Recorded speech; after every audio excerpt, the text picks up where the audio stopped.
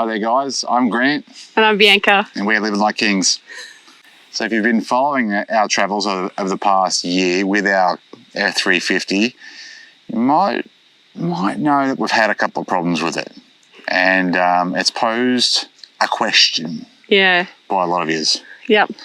So we're going to talk about the elephant that's in the room. And that is, do we regret buying the F-350? Oh, let's get into it.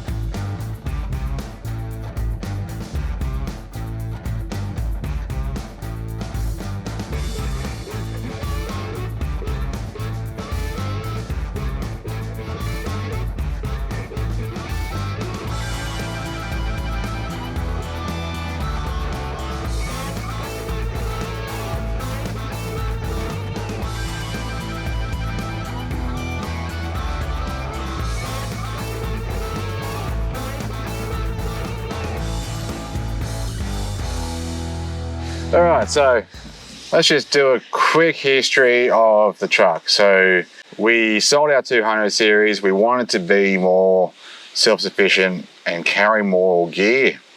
That was our plan for the year. That was our New Year's resolution. We wanted to be more off-road livable, carry more supplies, be off-grid longer, and be safer with the weights and stuff, as we know they are paramount for those of us living on the road. You wanted a rooftop tinny, which yeah, is not currently on there. Yeah, you can't do all those things with your average Land Cruiser. We bought this from a dealer in WA. It's a 2017. We bought it a second-hand vehicle. It had just under 100,000 Ks in the clock. They wanted 150 for it, so we ended up getting it for about that. We traded in the 200 series. Your average Land Cruiser decked out, particularly if it's chopped and stretched and canopy and whatnot, probably usually start around about the 150 from what I saw. And your average Land Cruiser doesn't have the power, it doesn't have the payload, it doesn't have exhaust brakes like this does, it doesn't have the towing capacity. Mate, these things are built to tow. They're pretty good off-road too. So for us, it was a no-brainer.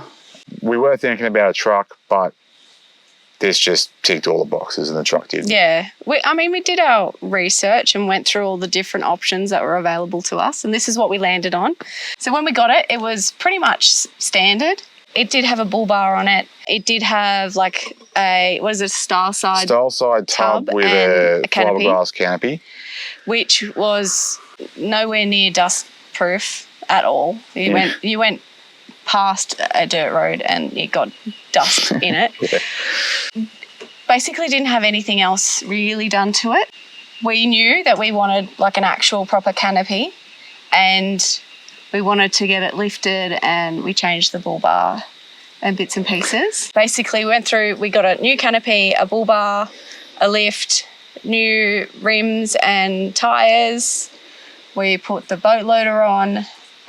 We got the tinny, long range fuel tank, and we put like lights, spotlights and all those type of things on there, a winch. Basically full new suspension. So got done up. And it did actually have a bit of a suspension upgrade. The F-350 had the highest payload out of all the American trucks. And that was the basis of our decision for the F-Truck over, say, the Chev and the GMC, which we were very seriously considering. Yeah. So what is our 5.8? Yeah. Yeah, so we've 5.8 GVM. Yeah. And then the GCM, I think, is like 12 ton. So it's huge payload. It doesn't compare. It's not even comparable to a Land Cruiser. Well, the Americans can't work out how we're doing all this on singles. Because in America, they'll run those sorts of weights on rear duals. Yeah.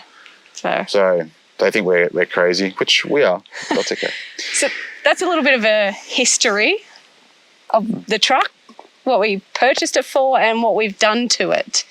Now, issues. So upon upgrading a second-hand vehicle, you can quite often be opening a can of worms. Yeah. And in our case, it's no different. After upgrading and lifting everything. Well, before we had some issues. Before we had some issues. Yeah. The first issues we had was a DPF sensor. Yeah. From what I could gather, it happens. They just go. Now, Bianca, in her infinite wisdom, she bought the warranty. Yeah. And I said, no, you don't want that shit. It's rubbish. It's just a thing for them to get you on, blah, blah, blah, blah. She's like, and just signing. And just ignored me and did it. And I'm glad she did, because they came to the party with the repair of the DPF sensor. And that was not easy to deal with, but we had it done. Yeah. And thankfully, our good friends had a spare car, and they lent us the car for the bloody 8 weeks that it was off the road. So yeah, it's one of those things. American trucks, the parts aren't always here. They need to come from the States, and that's what happened. Yeah, and we knew that going into this, that it would take a little bit of time to get parts.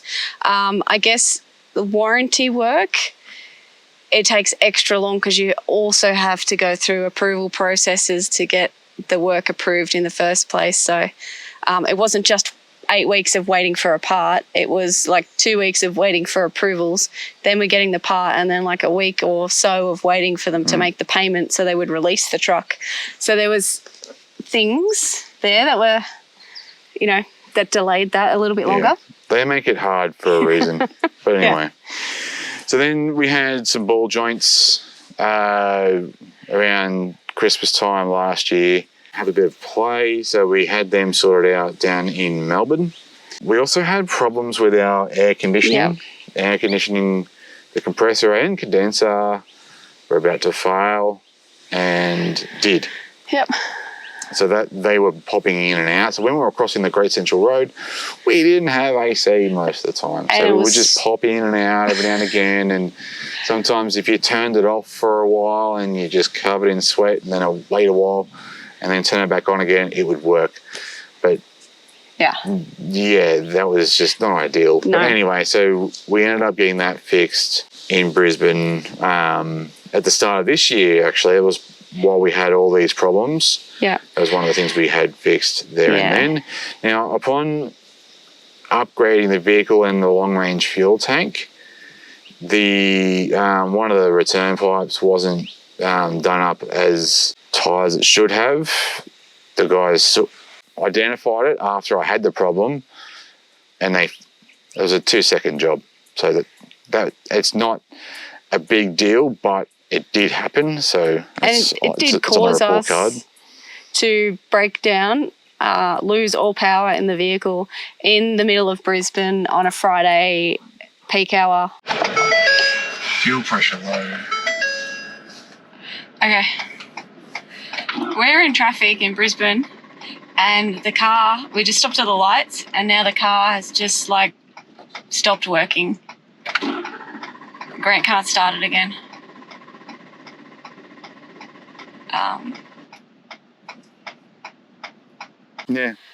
5 o'clock, and holding up all of the traffic in Brisbane. Yep. And then we had to get towed. Sign plastered and everything. It wasn't embarrassing at all. A Landcruiser. Yeah. Let's 70 not talk series, about that. Towed us off, which was great. And then we figured out what the problem was, and that was fine. We got that solved. That was a quick, easy fix. Yeah. And then we thought we'd go on to Tiwa Beach after we have got everything upgraded, and we've always wanted to go on to Tiwa. We thought, we'll drive. The truck has been on sand before. We've towed the Caravan on Ningaloo and all those The work areas. had just been done. Let's get on there and let's have a great time. And then we drove 20 metres. 20 metres, if you're lucky, straight to the axles. And I couldn't get out. And then we realised that there was no four-wheel drive.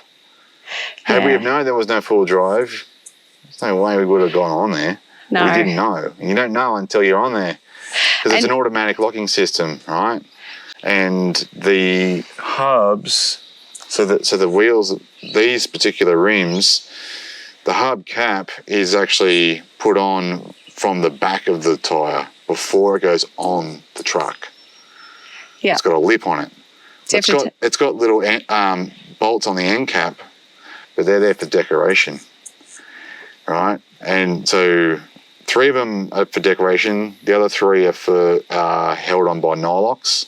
So you need to hold the inside nut and then undo. So I couldn't get in there and actually manually lock the hubs. Yeah, and we were already bogged by that stage. Yeah. So we didn't know because we pressed the button inside the cab, had our tyres down, did everything, and then we're in a situation now where we're actually bogged. Yeah, it's pretty embarrassing. We can't really take the tyre off to get to that, but we got ourselves out of the situation. Like, we had help from people. Everybody, thank you for helping us. Yeah. That was fun, and luckily we had someone else was needed to be rescued on the beach, and one of the 4-wheel drive trucks, like the tow trucks, came, and then he got us out unstuck, and then we thought, okay, let's just get off the beach. And we got stuck again, obviously, because we're still not in 4-wheel drive properly. And then we were getting recovered, and we had our bull bar kind of move and nearly come off the front of the truck, which was... Found out that it wasn't really put on properly.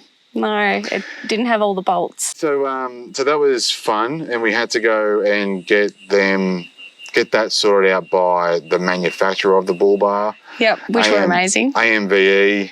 Man, you guys, those guys were just bloody awesome. They actually helped us out with the bull bar had to come off so that they could refit it. But the bull bar had to come off so that the AC guys could come and pull the old condenser and the compressor out. So they went to AMVE to do that work that was already being done anyway. So then they did their job. The guys bolted the bar back on properly, and happy days. Yeah, we then went back to TUR. So we got 4-wheel drive sorted out. We had the valve line replaced, and the suspension, we needed some tweaking on the suspension and some things like that. Went back to TUR because we were we're not going to let this get us down. We want to conquer TUR. We got onto the beach, was fine. We camped. And it absolutely just motored. Yeah, it just performed so well on the sand. This thing just pulls. Yeah, and we had the best couple of days out on TUR. Absolutely magic. Yeah. We got off TUR and we thought we'll go through the underbody car wash. So the first time when we got bogged, we didn't go through the underbody car wash. There was a huge line, so we just went to the handheld sprayers and just sprayed it all down ourselves. And this time we thought we'll go through the underbody car wash. Water just sprayed straight up into the fuse box. So the fuse box is in the front right wheel arch. Now in the wheel arch you've got this foam wall arch. It's the little black thing that's in there, you can probably see. On the other side of that, and it's pretty porous, like water gets sprayed up in there and around it and whatnot. Well, right next to it on the edge was the fuse box. On its side, why on its side, I'll never know, but there was no protection. It's just on top of the wheel arch. So you can't see it from under here, from the outside of the wheel arch. But if you just put your hand up and around that little barrier, it was right there. And it got completely waterlogged. And we had a catastrophic electrical failure of the entire truck. We didn't have anything. There's no side steps. And we're just wondering if it's ever going to end. No radios. Like, all the warning lights came on. All the warning no lights. blinkers. Like, I had no power steps, no nothing. Nothing. Like, I had to, like, climb on my knees and try to get in and out of, like, of the truck without the steps. So that was fun. So we didn't have anything. And because we'd had all the other issues, we were just like, we cannot put out another video with extra issues. Like, I just can't. So we didn't film it, or actually I probably have filmed some of it, but we never released anything around that.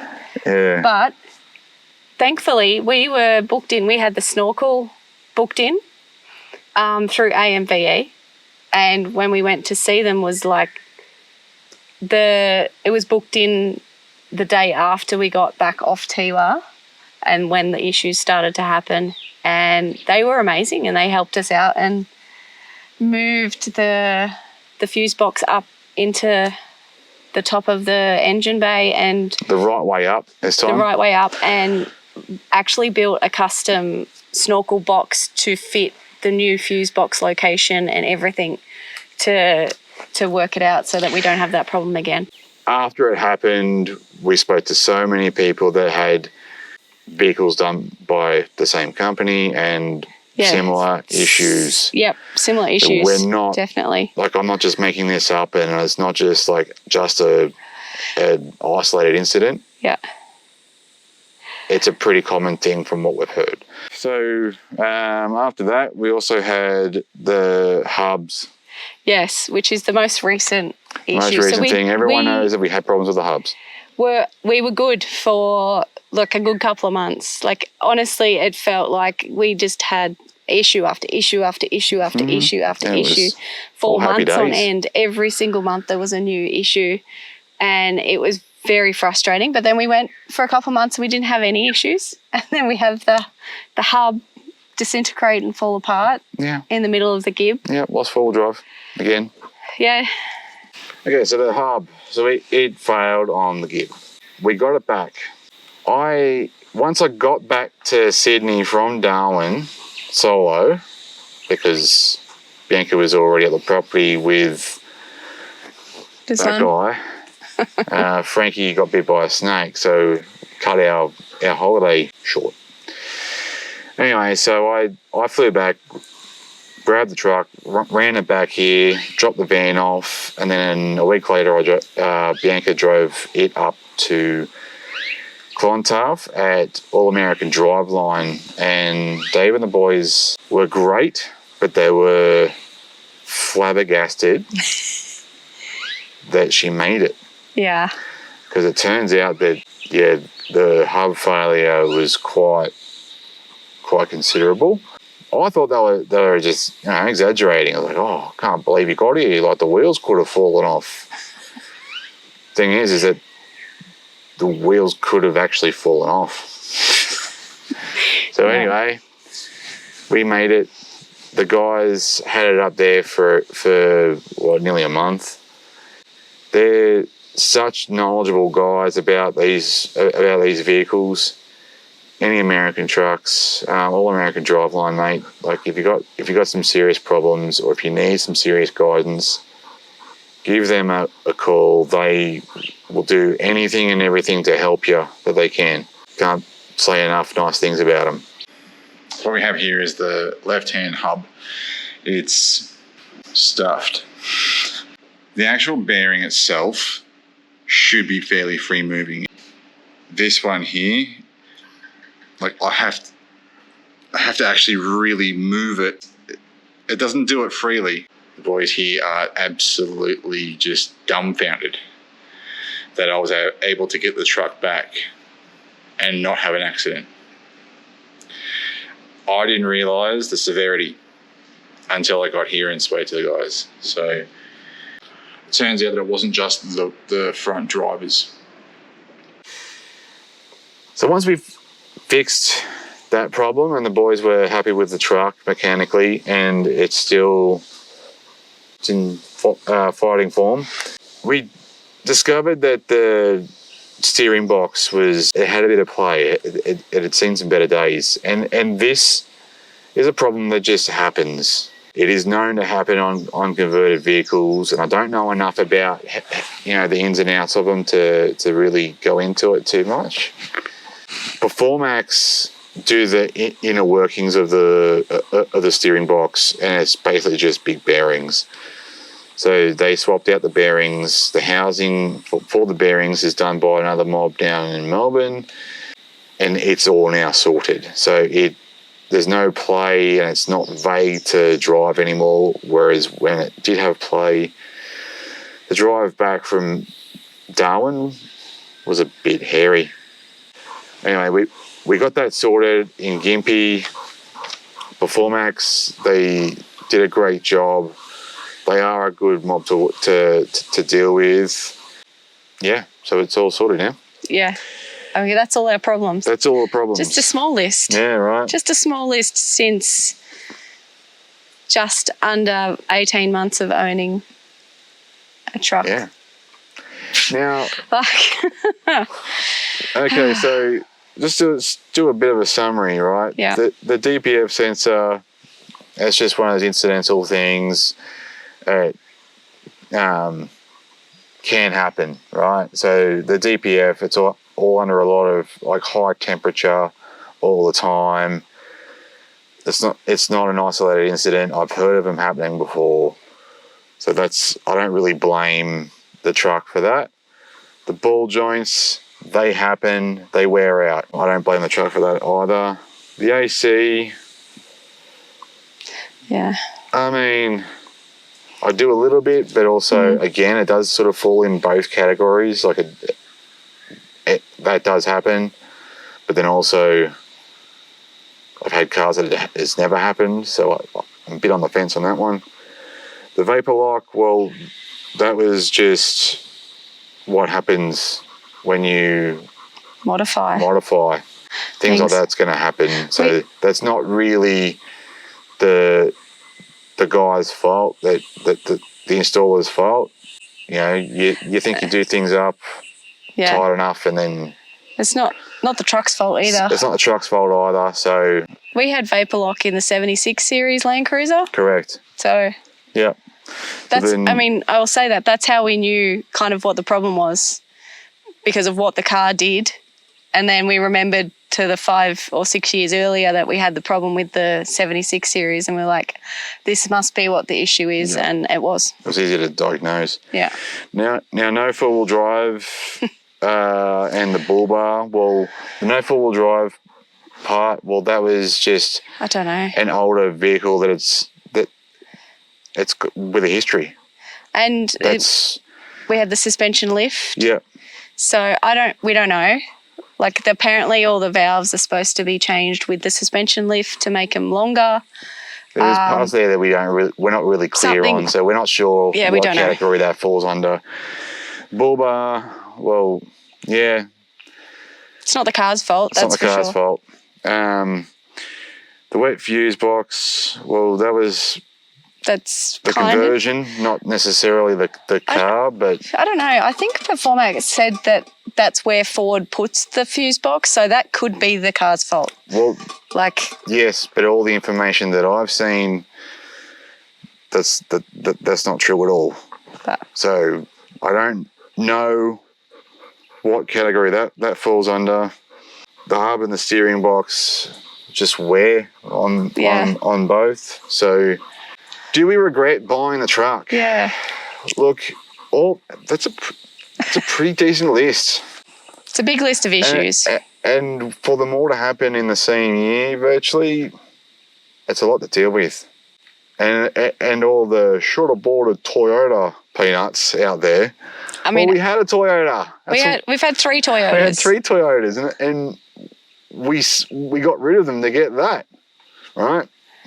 For a reason, because the Toyotas, they're good, but they don't do the jobs that we wanted to do as well as this thing will, out of the box. And I'm going to say, this is way more comfortable than a Land Cruiser. Oh, a Land Cruiser's got nothing on these things. Comfort level, this is way up there. But like obviously we've had a lot of issues. I've got more power. I've got more comfort. Technology, well, that's a good thing and a bad thing. But I can go up and down hills with less wear and tear than any Land Cruiser. And look, don't get me wrong, I really do miss my Land Cruiser. I love Land Cruisers. They are awesome. In particular, you miss Big Red. I miss Big Red. That's our 105. Our 105. Our first Land Cruiser. Anyway, so yeah, we're getting there. Do we regret buying the F-350? Myself? No, I don't. Would I buy another F-350? Yeah, probably. Yeah. Just because I got problems with it doesn't mean that it's a shit car. And you know, it's like we've already established, those problems aren't necessarily because the car is not as good. I've had problems with Land Cruisers. I've seen plenty of Land Cruisers on flatbeds. You know, they're all machines basically. They all go wrong. And I do love a Land Cruiser, but I don't regret getting rid of the Land Cruiser. If we weren't doing what we do and how we do it full time, there's no way I'd stick with it. I would sell it and get another Land Cruiser. Because there's no denying they're great. I would say, like, do I regret it? Like 98% of the time, no, I don't regret it. And as Grant's mentioned, it's way more comfortable than the 200 series. But if we weren't traveling full time, again, like we wouldn't have upgraded to this. We would have kept the Land Cruiser because if you also need to use it as your everyday runabout car, this is not practical at all.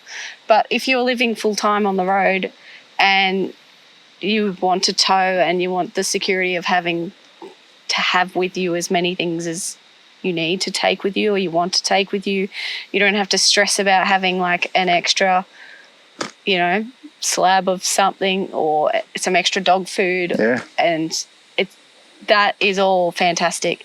Do I wish that we didn't have all the issues that we had? Yes, I do wish that. 100%. But I also think that hopefully we've replaced all the parts now and we've got a new truck. Pretty close to it. Basically got a new truck. We've had to rebuild it all. A lot of it's been covered under warranty, which has been great. Some of it hasn't because we had time issues, then we chose to pay for it ourselves. But if we had the time to wait for it to go through warranty, we would have put it through warranty and it should have been covered.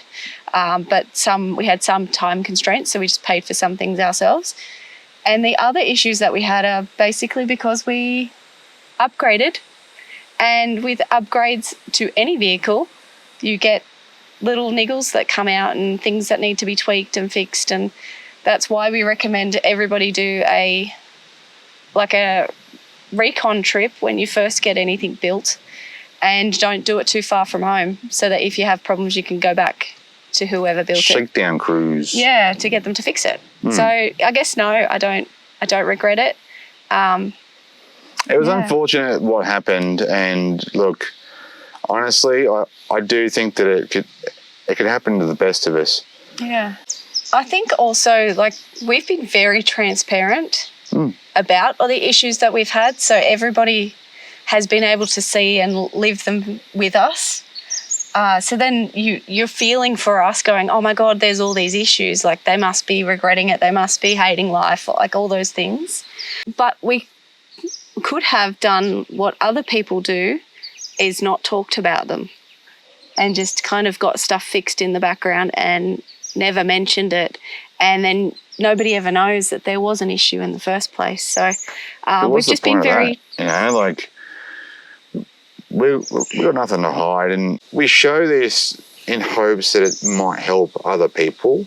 Yeah. You know, like, I feel like in Australia we're a Toyota country and we love Land Cruisers because it's what they're not necessarily better or less prone for, or more prone or whatever for any sort of mechanical maladies. It's more the fact that we're just used to them.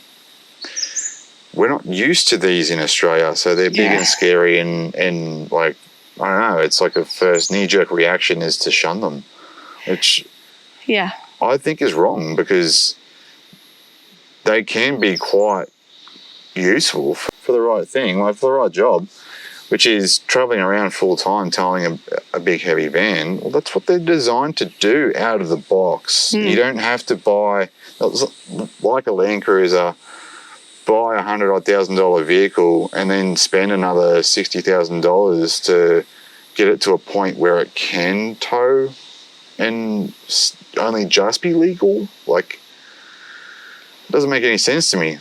We've all done it. I've done it. Right? But that's just what you sort of go through. Yeah. And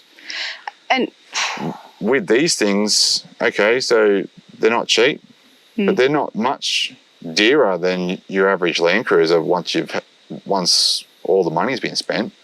Yeah, exactly. If you wanted to chop and stretch a 200 or 300 series and then end up with something like this, you're probably spending more than what we spent anyway. So the fuel economy is basically the same. So I was doing about 21,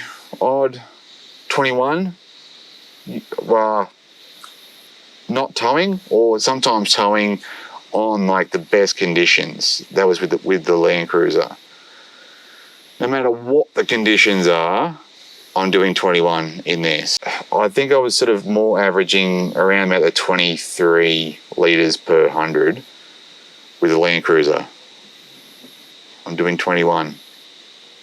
And that's with everything I can carry, water, fuel, whatever. Yeah. And all of our supplies and a boat, 21. Yeah. So we're just hoping that our transparency might help anyone that currently owning one of these vehicles and having problems themselves, or not having problems but are sort of blissfully unaware of the problems that could come up and the things that they might want to have a look at and check. Yeah, or if you're on the fence about whether you should buy one. Yeah, I mean, it's understandable if you are on the fence. We were for quite some time before we bought one. We got a little bit unlucky. It could have been a lot worse, and I have seen a lot worse. But now that we've owned the vehicle for, what? Nearly 18 months. We've sort of worked out the niggles, I hope, and the mechanic's pretty happy with the rig. He goes, I think you'll be fine for a while now. Like, where's that piece of wood? Anyway, so we've probably talked way too long. If you do have other questions that we haven't answered, please leave them in the comments. For those that have helped us this year, you know who you are. The list is too long to mention. Thank you so much for all your help and your support.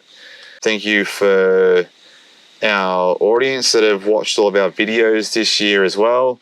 If you are new to our channel, please jump onto the back catalogue, and we've got some good stuff in there, just quietly. So just go and have a look and see if there's anything that suits you. Please like and subscribe. If you've got any friendly comments, please leave them below. If not, keep them to yourself. And we'll see you in the next one, guys. Thanks for watching. Thank you.